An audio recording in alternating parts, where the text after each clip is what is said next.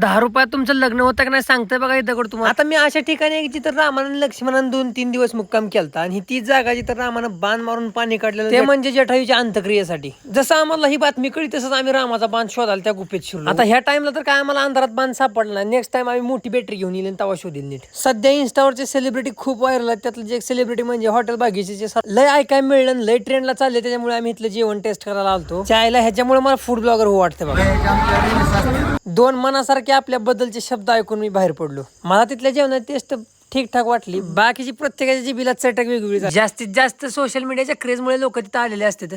व्हिडिओच्या स्टार्टिंगला मी ज्या दगडाबद्दल बोललेलो, दगड तुम्हाला तुळजापुरात देवीच्या मंदिराच्या मागे मिळून जाईल.